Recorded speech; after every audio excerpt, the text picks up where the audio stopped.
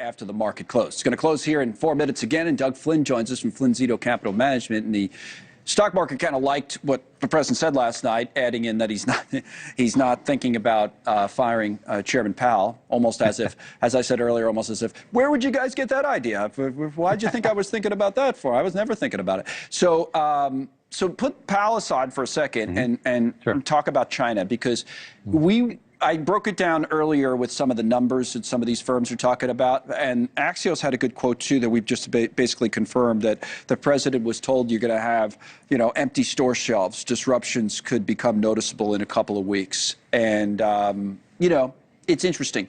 Maybe that got to him, or it looks like it did get to him. What do you think?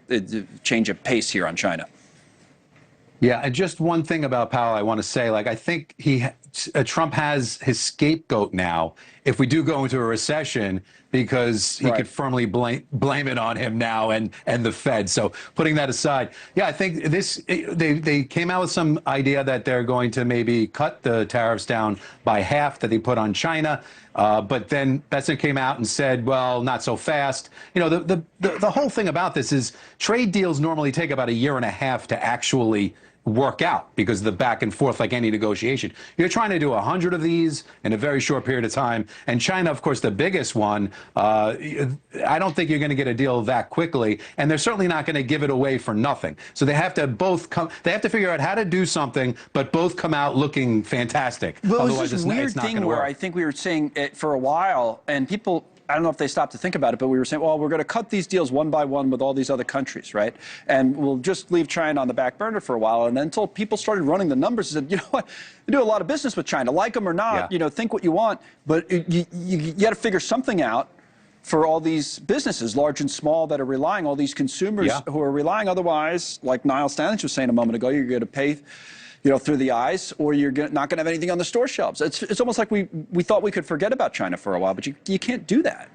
Even if they want to, there's all the indirect, because some country or some company might have their part coming from China. So in a way, you can't get away from it. We're so intertwined across across the entire world now. It's just not that simple. So I don't think you get this magical page you turn after the 90-day pause is over in July. But they did come out and say, listen, if we get deals, great, and if we don't, we're going to say this is the deal that we have. But right now, from the market perspective, it's completely a trader's market, because you can't make long-term decisions. And so this back and forth, up and down, there's slightly good news, the market rallies, it's a little less good and it comes down, and then it's bad, it goes down. So that's a trader market right now, and you have to act on that if you're a trader. If you're an investor, 401k, long term, you can't invest that way.